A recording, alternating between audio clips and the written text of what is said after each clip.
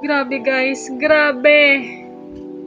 Hindi ko talaga maatim sila. Na nagloko, nag-cheat.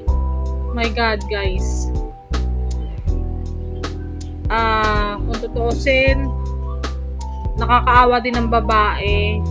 Pero dapat, to the point na sa mag-boyfriend at mag-girlfriend pa lang kayo dapat is, alam nyo na dapat ang ugali ng inyong mapapangasawa. Kasi, what more, sa umpisa pa lang naginanya ka na, tapos alam mo na nga, pero pinagpatuloy mo pa.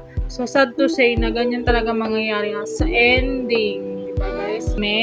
At saka, hindi magandang impluwensya sila.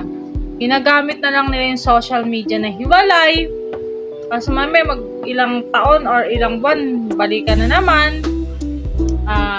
Bihasang-bihasa na yung mga yan about sa social media na kayo naman, sisyunga na syempre, hatak ng viewers para magkapera. Kaya nga nag-million rates nila at saka ng para yun nga, magkapera sila. So, pangit din naman din kasi pakinggan, di ba? So, alam mo na nga, cheating ka, babe. Dapat, dumiretso ka na lang kay Tulfo, dumiretso ka na lang sa barangay nyo or sa city hall or what kung paano gawin. Kasi, sa social media, wala naman talaga magagawa dyan. Lalo lang lalala. Matatawa lang lahat ng tao sa inyo. So, ginusto nyo naman yan. Diyos ko, ginusto nyo yung magkaroon kayo ng asawang cheater or live-in partner na cheater.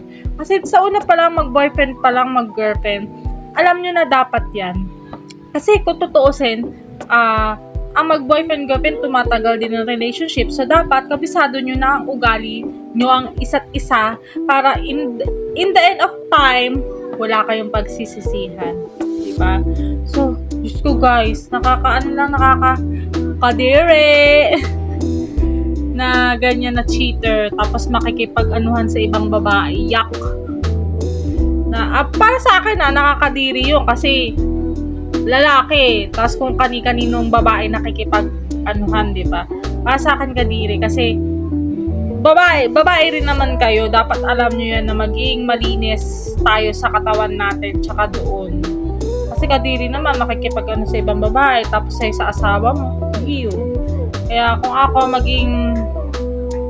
pag puro ganito, mapagmahal tayo mga babae pero kailangan ganito rin.